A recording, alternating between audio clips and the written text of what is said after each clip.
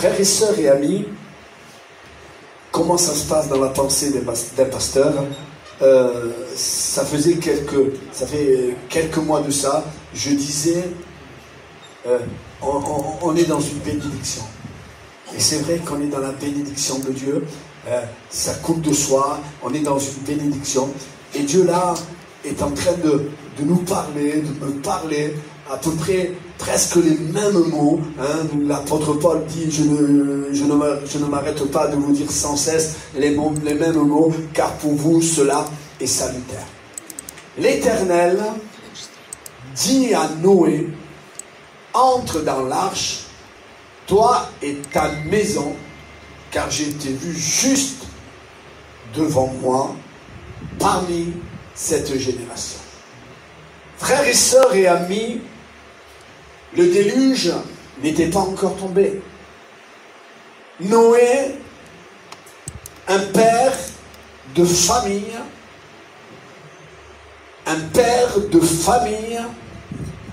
craignait Dieu, respectait Dieu, honorait Dieu, et Dieu va décider. Déjà, avant de décider, il se met à regretter d'avoir créé l'homme. Il le regrette. Mais il voit un homme juste, il voulait détruire le monde, mais il voit un homme juste dans la personne de Noé. Un homme juste. Un homme qui craignait Dieu, qui respectait Dieu, qui honorait Dieu. Et Dieu va lui parler.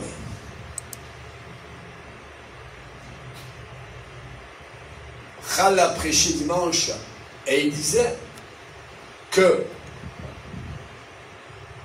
Abraham a été accompagné, on dit les 3 anges, accompagnés pour détruire Sodome et Gomorrhe, mais il y avait Jésus déjà au milieu d'eux, car Jésus est le Dieu d'amour. Nous voyons que dans Sodome et Gomorrhe, il n'y en a que 2 qui sont descendus. Et le 3e n'est pas descendu parce que c'était l'Éternel. Ne pouvait pas descendre dans cette ville de péché, dans cette ville abominable. Et là, Dieu trouve une personne dans la personne de Noé. Que je sois la personne, que Dieu se serve de moi pour que mon foyer soit béni. Dites-le. Que je sois, moi, la personne, que pour mon foyer soit béni. Dites-le au frère et à la sœur qui est à côté de vous. Amen. Sois la personne qui va bénir ton foyer. Essayons, frères et sœurs, après avoir entendu la parole de Dieu, de ne pas passer à côté. Dieu voulait sauver le monde. Mais dans le monde, qu'est-ce qu'il y avait? Il m'est venu une pensée un jour. Le fou a bâti sa maison sur le sable. Et quand la tempête est arrivée, quand la pluie est tombée, personne, et moi le premier, personne ne veut que la pluie tombe dans son foyer, dans sa maison. Personne. Parce que qu'est-ce qu'il y a dans la maison? Il y a les enfants que nous aimons. Il y a notre fille, il y a notre fils, il y a notre femme et notre mari. Et dans cette maison-là, nous ne voulons pas que la pluie, les torrents se jettent contre elle. On ne veut pas. Mais quand il y a le péché qui nous enveloppe si facilement, qui tromper? Est-ce qu'on peut avoir les capacités de tromper Dieu? D'être pécheur et passer pour injuste? C'est pas possible. C'est pas possible. Avant que ta parole soit parole, il sait déjà ce que tu vas dire. Est-ce qu'on peut faire passer le pécheur comme injuste? Est-ce que Dieu peut envoyer la bénédiction chez le pécheur, car il sait qu'il est pécheur? Est-ce que Dieu serait un Dieu injuste? Ou Dieu serait un Dieu juste? Mais Dieu est un Dieu juste. Il n'enverra jamais la bénédiction, ni la protection sur une maison qui ne sert pas Dieu et qui vit dans le péché. Le fou a bâti le fou parce qu'il croyait que Dieu ne voyait rien. Il a eu, peut-être, oui, peut-être, il a eu quelques jours heureux. Il a eu quelques jours heureux, mais quand la tempête est arrivée, quand la pluie, les torrents ont commencé à se jeter.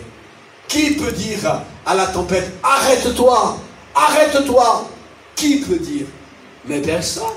Il n'y a que le Fils de Dieu qui a calmé la tempête quand les disciples étaient dans la barque. Il n'y a que le Fils de Dieu. Mais nous ne sommes pas le Fils de Dieu. Est-ce que nous avons Jésus dans notre barque? Est-ce que nous avons Jésus dans notre vie? Ayons crainte. Vous savez, les Juifs, quand elles prennent, comment on appelle ça? Une plume, et qui vont écrire, et qui se mettent à écrire le nom de Dieu, ils craignent tellement Dieu que quand ils ont écrit Dieu, ils changent de plume. Parce que le nom de Dieu est tellement saint qu'ils ne veulent pas continuer à écrire autre chose avec ceux qui ont écrit Dieu. Commençons à avoir la crainte, le respect des choses de Dieu. Dans une réunion d'évangélisation, dans un chapiteau, il y avait M. Claude Lust, il y avait aussi le pasteur de Paris, comment il s'appelle, Archange. Il y avait Archange, et là, frères et sœurs, Archange prêchait. Il avait la révélation de Dieu, il était un homme de Dieu, en contact avec Dieu. Il termine la réunion. Il y a une jeune fille qui part du chapiteau, et lui se met vite à crier, la jeune fille, arrêtez-la, que je prie pour elle, la jeune fille. Et M. Claude Lust et ceux qui étaient là avaient dit, ces gitans-là, ils vont trop fort, hein, ces gitans-là, mais qu'est-ce qu'il veut avec cette jeune fille? Il dit, la jeune fille, là, celle-là, arrêtez-la, attendez. Et personne n'a pu l'arrêter. Elle est partie à une vitesse, personne n'a pu l'arrêter. Et dans les minutes qu'ils ont suivi, elle a eu un accident. Et elle est morte. Mais Dieu voulait l'avertir. Dieu voulait lui dire, ta vie n'est pas en règle. Mets ta vie en règle. Parce que Dieu, tantôt il parle d'une façon, mais tantôt il parle d'une autre. Quand il parle d'une façon, c'est avec la parole du serviteur de Dieu. Mais d'une autre façon, c'est avec la verge. Dieu est capable de prendre la verge. Parce que tu as compris, il ne va pas la prendre. Tu as compris. Le message de Dieu, c'est que tu comprennes. Le message de Dieu, c'est pas que tu comprennes pas. Le message de Dieu, c'est que tu comprennes. Mais si tu ne comprends pas, après avoir entendu le message de Dieu, conseil de Dieu, enseignement de Dieu, après que tu n'as pas compris, mais qu'est-ce qu'il lui reste à le faire? Il reste à prendre la verge. Non, Seigneur, ne prends pas la verge. J'ai compris que ma vie est en désordre, que ma vie ne te glorifie pas, que ma vie ne te plaît pas. J'essaye de cacher, mais le péché monte à la surface. Et Dieu le voit.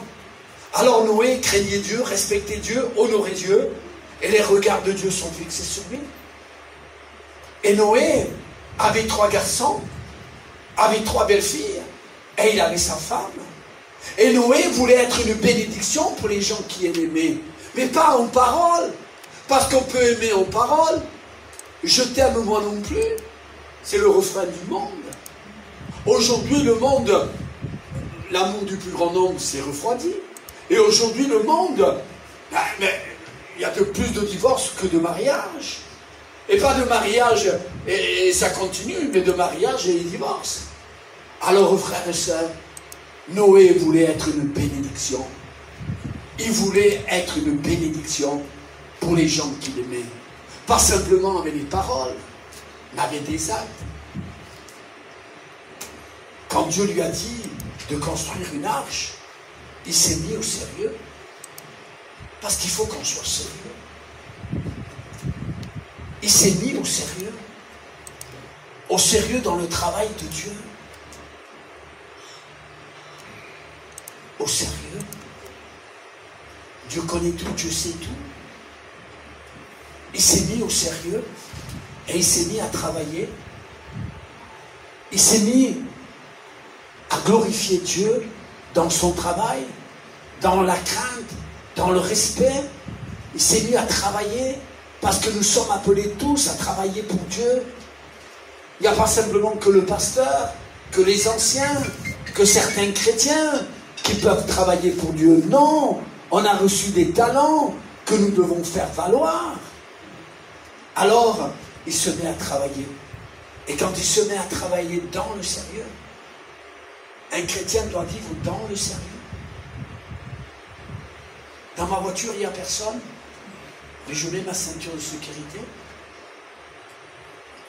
Dans ma voiture, il n'y a personne, et je ne prends pas le téléphone.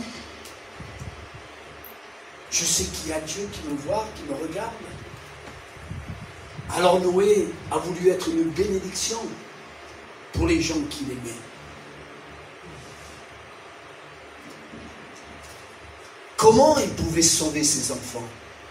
Comment pouvons-nous sauver nos enfants dans un monde perverse, dans un monde de drogue, d'alcool, de violence, de méchanceté? Aujourd'hui, on a peur dans la rue de marcher sans regarder en arrière, parce qu'il peut venir quelqu'un par l'arrière et nous mettre un coup de couteau. Aujourd'hui, le monde est devenu fou. Et dans ce monde fou, nous y sommes. Et il peut faire du mal aux personnes que nous aimons. Mais Dieu sait garder ses enfants.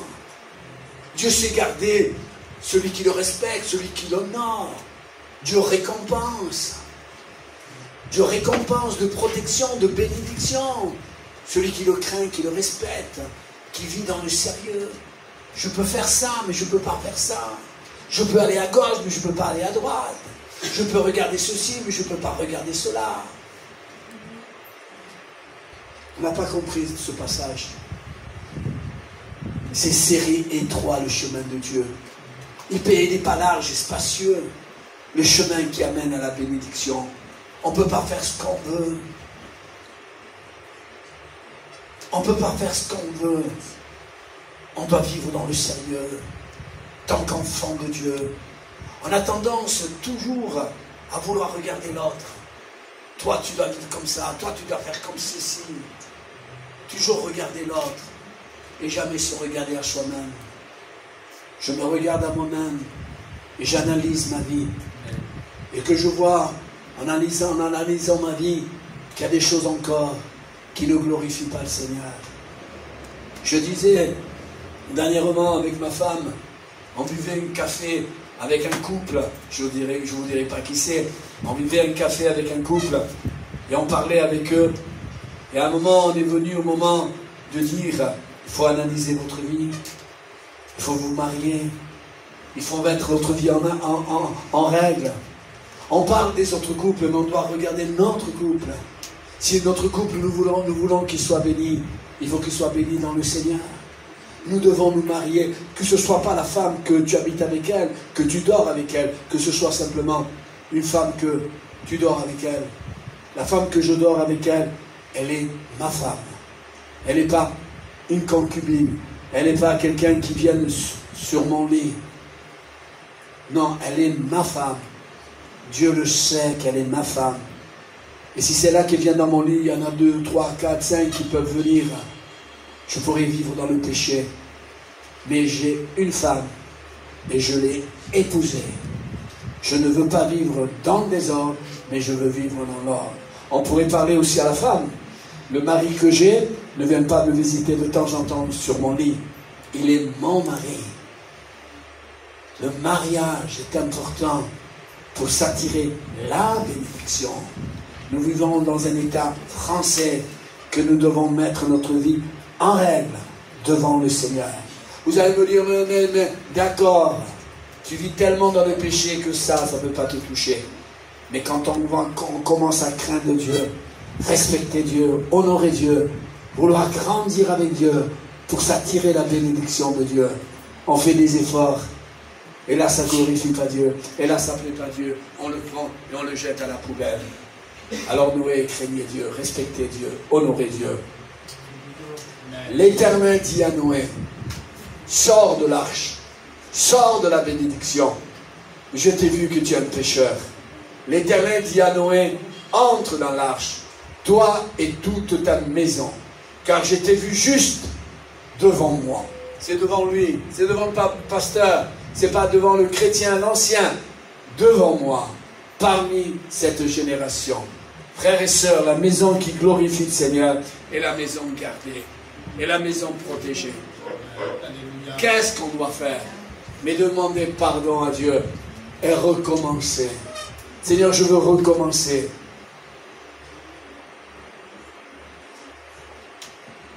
Parfois, je me dis, Seigneur, tu as parlé. N'attendons pas de pleurer pour prier. N'attendons pas de passer par les problèmes, difficultés, de dire maintenant, mais maintenant peut-être il est trop tard. Le jour où tu entends sa voix, mets de l'ordre, c'est qu'il y a du désordre. Mets de l'ordre. Peut-être c'est ta dernière prédication. Peut-être c'est ton dernier avertissement. Peut-être. Non. Prends garde à ce que Dieu te dit à travers la bouche de son serviteur. Prends garde. Noé a été une bénédiction pour ses enfants, pour sa femme, pour cette belle fille. Il a été une bénédiction. Et là, frères et sœurs, l'eau est tombée, la pluie est tombée. Et les gens commençaient déjà à se noyer. Que la famille de celui qui craignait Dieu était en protection. Le monde commence à être dans le jugement de Dieu. La Russie, ça va mal. Commence à attaquer l'Europe, la Chine, la Corée du Sud, du Nord. L'amour du plus grand nombre se refroidit. C'est les signes du retour du Seigneur. On va rentrer à la maison. On va rentrer chez nous. Mais soyons des bénédictions pour les gens que nous aimons. L'eau a commencé à monter. Et les gens ne se sont pas aperçus. Vous savez, les gens, qu'est-ce qu'ils ont dit quand la pluie est tombée? Oui, mais ça tombe tout le temps. Ça arrive tout le temps. Ça tombe tout le temps. Ça arrive tout le temps. Mais l'eau commençait de plus en plus à monter. Et c'était le jugement de Dieu. Et ils ne s'apercevaient pas que c'était le jugement de Dieu. Et dans certaines maisons, ce qui leur arrive, c'est le salaire du péché. Le don gratuit de Dieu, c'est la vie et la vie éternelle. Mais certaines maisons, ce qui arrive, c'est le salaire du péché. Le salaire du péché, tu as été touché. Alors qu'est-ce qu'il te reste à faire? Quand un malheureux crie, l'Éternel entend. Deviens un malheureux, deviens une malheureuse en direction du Seigneur. Seigneur, je suis un malheureux. Oh, j'ai fait des choses qui n'étaient pas à ta gloire. J'ai jugé, j'ai critiqué, j'ai calomnié, j'ai volé, j'ai trafiqué. J'ai fait des choses qui n'étaient pas bonnes à faire tant qu'enfant de Dieu. Mais qu'est-ce que je dois faire, Seigneur? Et Dieu va te dire, répands-toi. Regrette ce que tu as fait, regrette ce que tu as dit. Et sois une bénédiction pour les gens que tu aimes.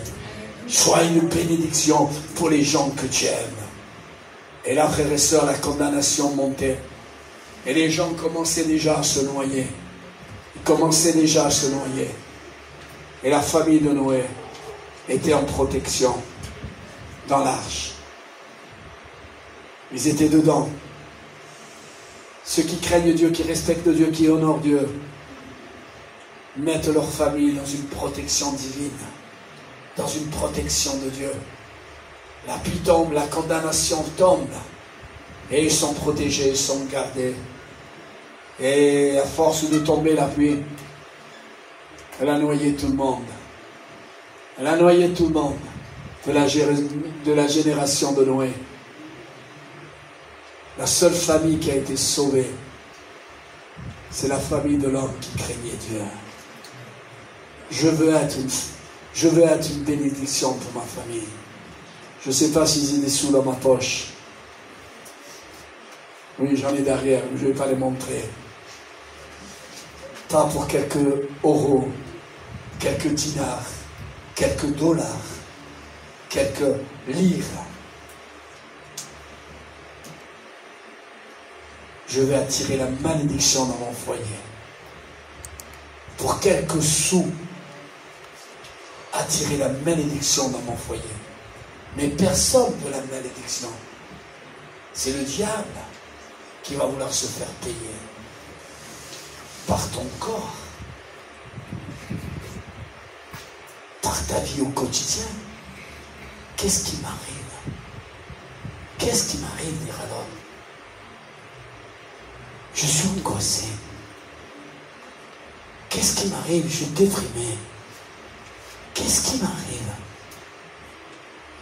De jour en jour, je me sens fatigué. Je me sens pas bien.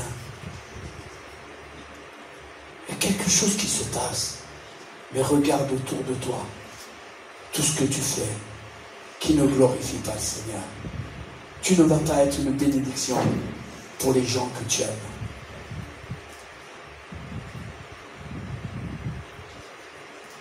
La parole de Dieu, c'est celle-là. On ne s'amuse pas avec Dieu. Ce qu'un homme, il aura semé. Ce qu'un homme aura semé, il le récoltera. Tu as semé du vent. Parce que le péché, on le représente comme du vent. Tu as semé du vent. Maintenant, attends-toi à récolter la tempête. Je ne veux pas de tempête dans ma vie. Je ne veux pas. Alors reconsacre-toi au Seigneur.